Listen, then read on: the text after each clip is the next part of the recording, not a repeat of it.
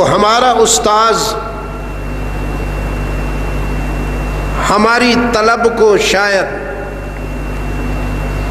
پورا کر دیتا اور اس کے حسن و جمال کی کوئی جھلک دکھا دیتا، لیکن اللہ کے حسن و جمال کو دیکھ کر ہمیں ایمان کا وہ مقام نصیب نہ ہوتا جو رسول اللہ کی زبان سے سن کر نصیب ہوا۔ اس لیے کہ ہماری آنکھ دیکھنے میں غلطی کر سکتی ہے، رحمت عالم کی زبان بولنے میں غلطی نہیں کر سکتی۔ اس لیے ہم اللہ پر بغیر کسی دلیل کے ایمان لائے ہیں، نہیں دلیل مانگی ہم نے۔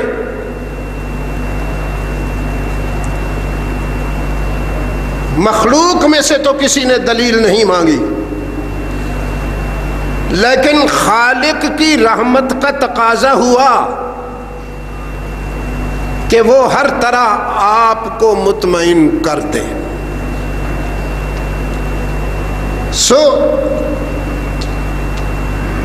جب اس نے دعویٰ کیا الہکم الہ واحد لا الہ الا هو الرحمن الرحیم، تو پھر بات کو آگے بڑھایا۔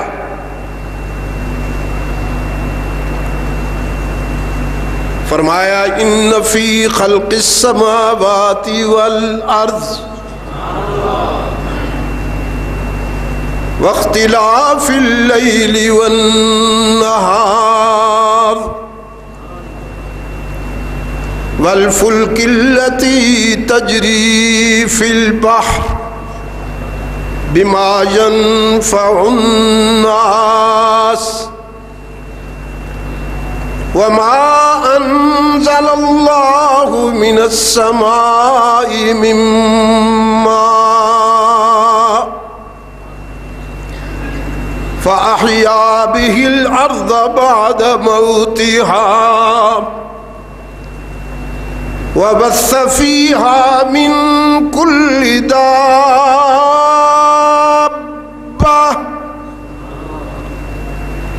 وتصريف الرياح والسحاب المسخر بين السماء والأرض لآيات لقوم يعقلون۔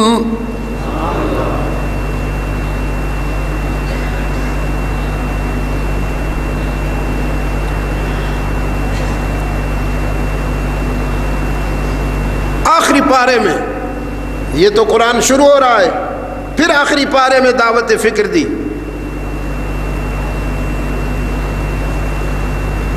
أَلَمْ نَجْعَلِ الْأَرْضَ مِهَادًا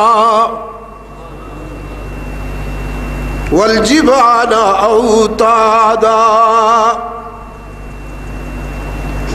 وَخَلَقْنَاكُمْ أَزْوَاجًا وَجَعَلْنَا نَوْمَكُمْ سُبَاتًا وَجَعَلْنَا اللَّيْلَ لِبَاسًا وَجَعَلْنَا النَّهَارَ مَعَاشًا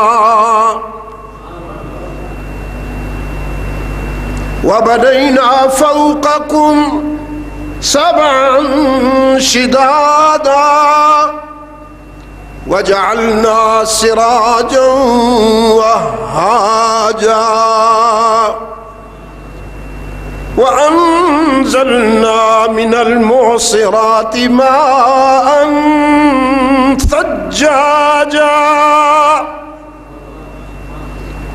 لِنُخْرِجَ بِهِ حَبًّا وَنَبَاتًا وَجَنَّاتٍ أَلْفَافًا وَمِنْ آيَاتِهِ أَنْ خَلَقَكُم مِّن تُرَابٍ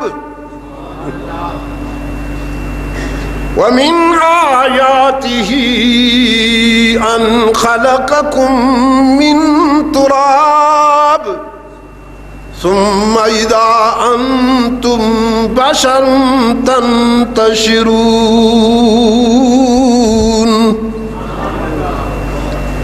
ومن آیاتہ ان خلق لکم من انفسکم ازواجا لتسكنوا إليها وجعل بينكم مودة ورحمة إلى آخره. بغیر طلب کے، بغیر تقاضے کے وہ اپنی الوہیت کے دلائل دے کر آپ کو مطمئن کر رہا ہے.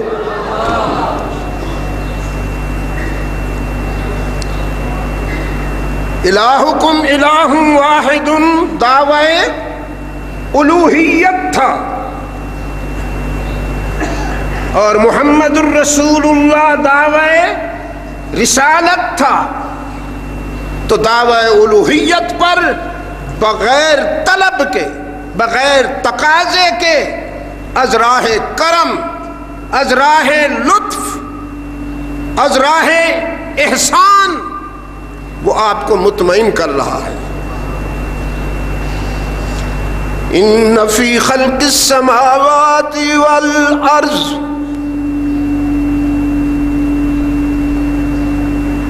وہ کیا کہا جی؟ اولم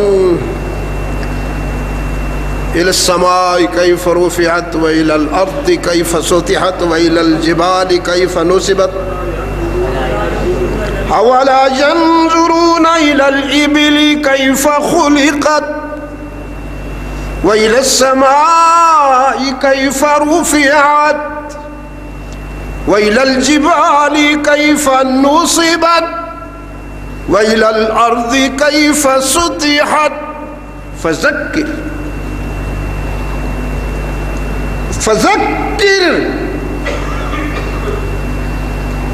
انما انت مذکر.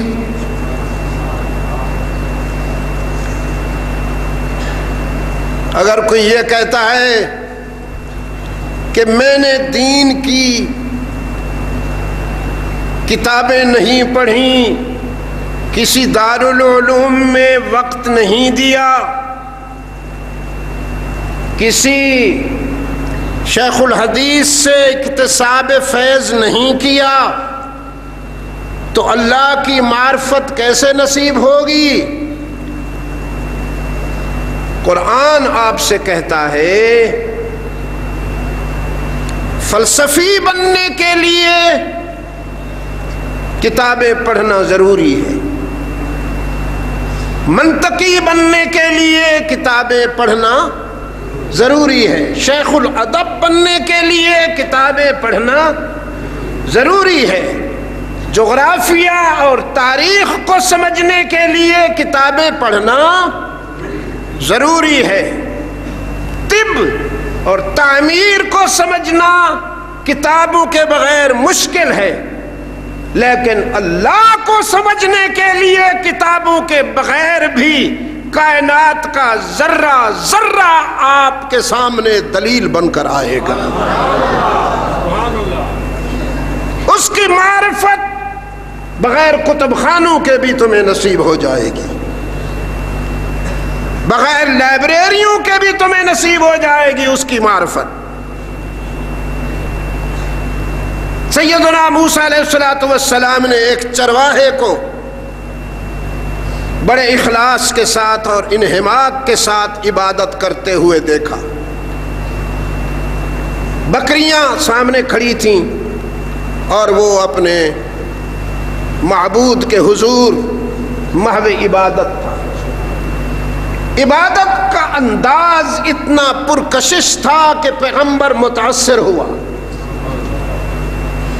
ہاں، دل سے تحسین نکلی، شاباش، اس کی عبادت ایسی ہی ہونی چاہیے. جب وہ ذرا فارغ ہوا تو کلیم اللہ قریب ہوئے کہنے لگے تیرے انداز عبادت کو دیکھ کر میں خوش ہوا ہوں، اللہ مبارک کرے تجھے، ذرا یہ تو بتا کہ تو نے اللہ کو کیسے سمجھا؟ بڑا نازک سوال تھا۔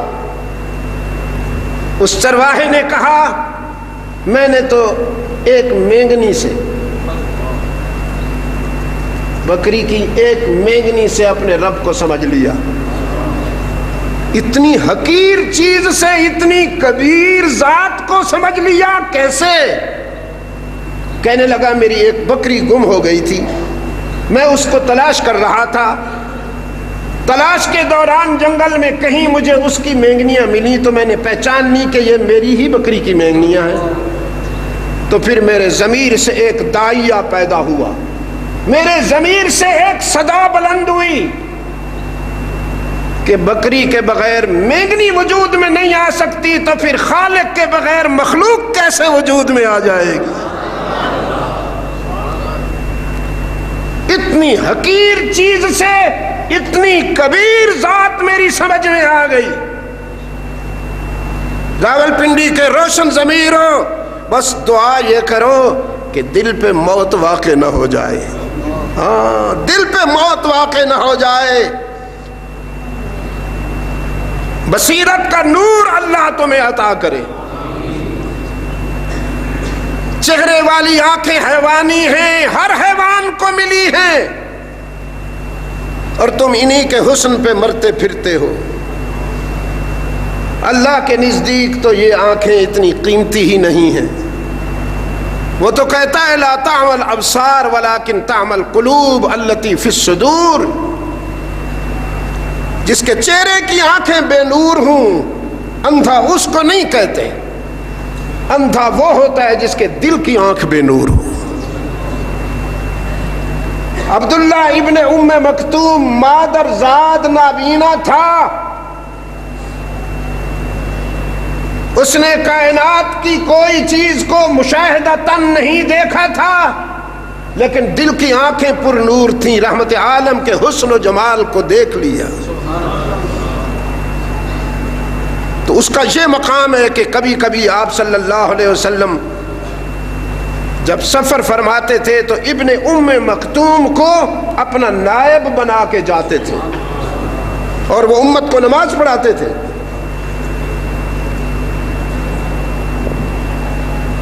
عزیزان گرامی، دعوت فکر دی قرآن کریم نے،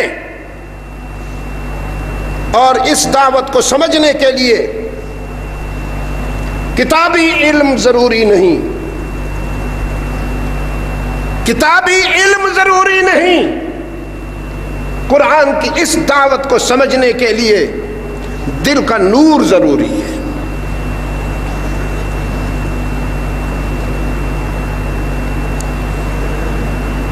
اس لیے اقبال کہہ گیا،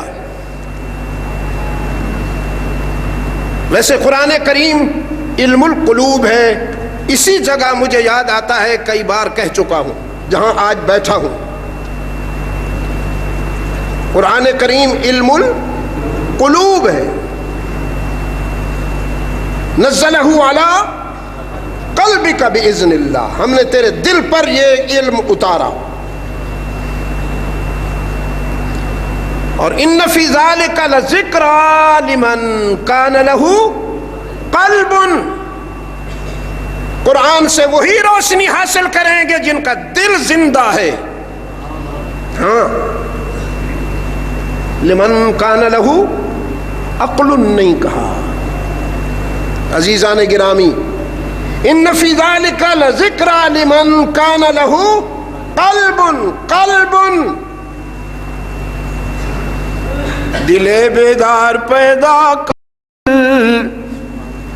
کہ یہ خوابیدہ ہے جب تک،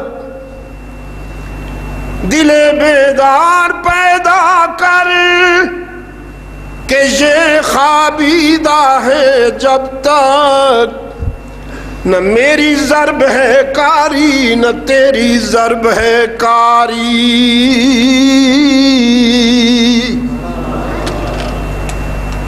اگر دل زندہ نہیں ہے تو کچھ بھی نہیں ہوگا.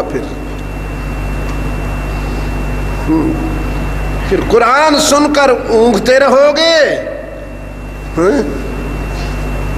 اور قوالیوں پہ جھومتے رہو گے.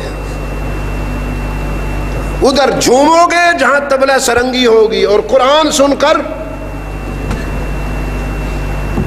بس.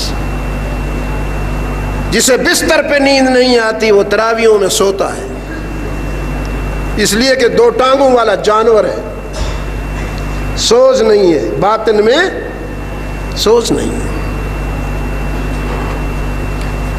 ان فی خلق السماوات والارض، زمین و آسمان کی تخلیق میں، واختلاف اللیل والنہار،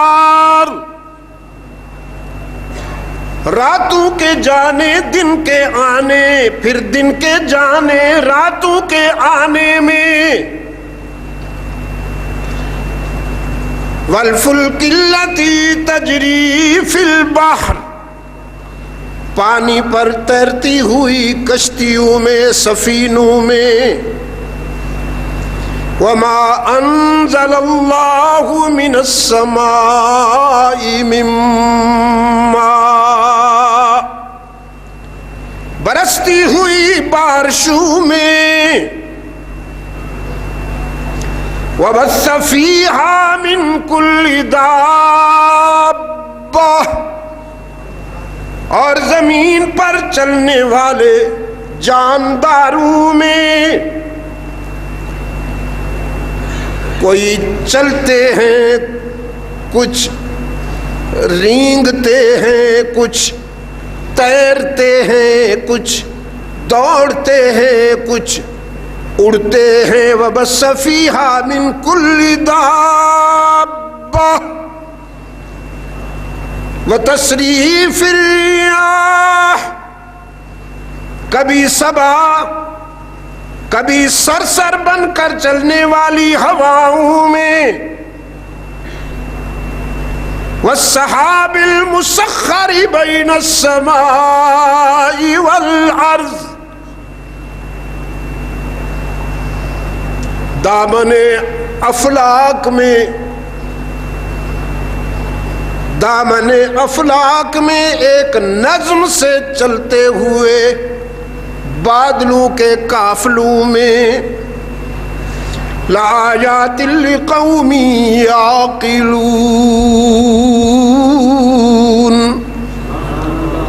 دانش والوں کے لیے، عقل والوں کے لیے اس کی معرفت کی دلیلیں ہیں. دیکھتے نہیں ہو کہ ہم نے اونٹ کو کیسے بنایا.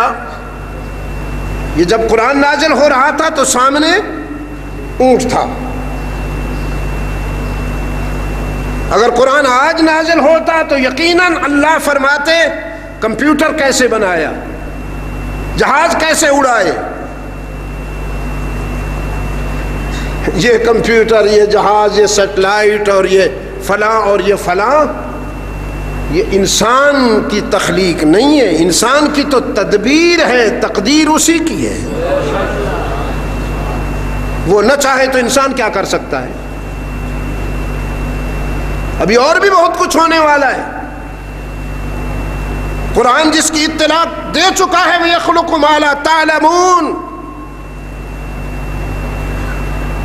بہت کچھ ہونے والا ہے ابھی جس کا تمہیں علم بھی نہیں ہے.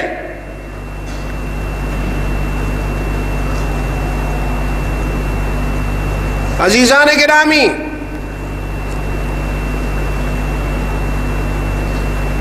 اونٹ کو دیکھو کیسے بنایا گیا، آسمان کو دیکھو کیسے بلند کیا گیا، پہاڑوں کو دیکھو کیسے ٹھونک دیے گئے، اور زمین کو دیکھو کیسے بچھائی گئی. کیف سطحت، کیسے بچھائی گئی. یعنی یوں دیکھو گے تو وہ سمجھ میں آئے گا. یوں دیکھو گے تو وہی سمجھ میں آئے گا، یوں دیکھو گے تو وہی سمجھ میں آئے گا، یوں دیکھو گے تو وہی سمجھ میں آئے گا۔ جدھر دیکھتا ہوں ادھر تو ہی تو ہے، جدھر دیکھتا ہوں ادھر تو ہی تو ہے، تو ہی تو ہے، تو ہی تو ہے بس۔ لا الہ الا هو الرحمن الرحیم۔ اتنی تفصیل سمجھانے کے لیے تو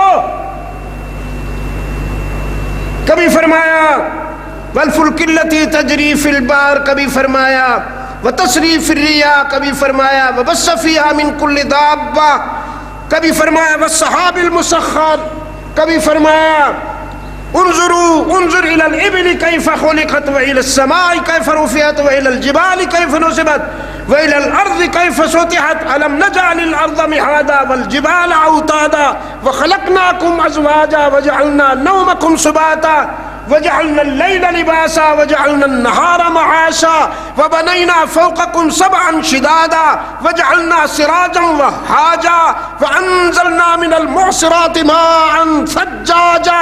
اتنی ڈیٹیل کے ساتھ، اتنی تفصیل کے ساتھ یہ جو جونیئر کلاس ہے نا، جونیئر کلاس ہے، اس کو سمجھایا جا رہا ہے، اور جو سینئر ہیں، اور تشریح کر دوں، عقل والوں کو سمجھانے کے لیے اتنی تفصیل سے بات کرنی پڑی، اور دل والوں کو سمجھانے کے لیے تو بس ذرا سا اشارہ کیا،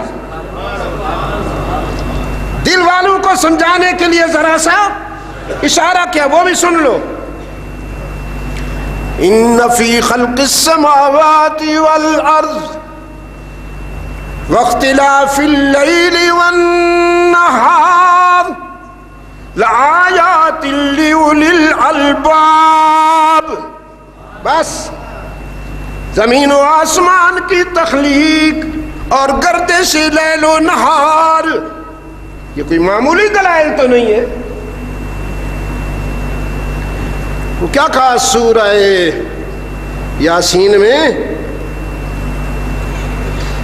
وآیۃ لہم الارض المیتہ احییناہا فاخرجنا منہا حبا فمنہ یأکلون وآیۃ لہم اللیل نسلخ منہ النہار فإذا هم مظلمون والشمس تجری لمستقر لها والشمس تجری لمستقر لها۔ کبھی سوچا ہے تم نے؟ وہ دن میں کبھی نہیں بھولوں گا زندگی بھر، جب میں سائنس اور ٹیکنالوجی کی عبادت کرنے والوں کے سامنے اپنے معبود کا تعارف کرا رہا تھا، وہ دن کبھی نہیں بھولوں گا۔ جب ناسا میں کھڑا تھا اور میں نے ان سے پوچھا تھا تمہاری یہ ڈسکوریاں اور تمہارے یہ اپولو اور ریموٹ کنٹرول سے تمہارا یہ سسٹم، مانتا ہوں یہ بھی اس کا کرم ہے، انسان کو اللہ تعالیٰ نے بڑی شان دی ہے، اگر وہ اپنے رب کو پہچانے اور اس کے کرم سے یہ ساری بلندیوں کو سر کرتا چلا جائے، میں مانتا ہوں، لیکن پھر سعادت کا تقاضا یہ ہے کہ وہ اپنے محسن کو پہچانے بھی۔ تو میں نے ان سے پوچھا تھا کہ جو چیزیں تم یہاں سے اڑاتے ہو ان کو تو کنٹرول کرتے ہو، لیکن وہ بھی کبھی کبھی کریش ہو جاتی ہیں، کریش ہو جاتی ہیں، اور بعد میں تم سوائے اس کے کہ سوری کہہ دو اور کچھ نہیں کہہ سکتے ہو۔ تمہاری سب سے بڑی معذرت یہ ہوتی ہے، حرف اعتذار یہ ہوتا ہے کہ مشینری ہے جی، اس میں تو اپ ڈاؤن ہوتا رہتا ہے، لیکن رب العالمین نے فرمایا مخلوق کی بنائی ہوئی مشینری کریش بھی ہوتی ہے، اپ ڈاؤن بھی، والشمس تجری لمستقر لہا، سورج اپنے روٹ پر چلتا ہے، والقمر قدرناہ منازل، چاند اپنے روٹ پر چلتا ہے۔ تو تم نے کبھی کھوپڑی سے کام لیا، کبھی تم نے بصیرت سے کام لیا کہ کون ہے ان کو چلانے والا؟ صدیاں گزر گئیں، کبھی سورج اور چاند میں ایکسیڈنٹ نہیں ہوا۔ ایکسیڈنٹ تو بہت دور کی بات ہے، نہ سورج نے پورے عرصہ حیات میں جب سے کائنات وجود میں آئی، نہ سورج نے دفتر حاضری میں دیر کی، نہ چاند نے دفتر حاضری میں دیر کی۔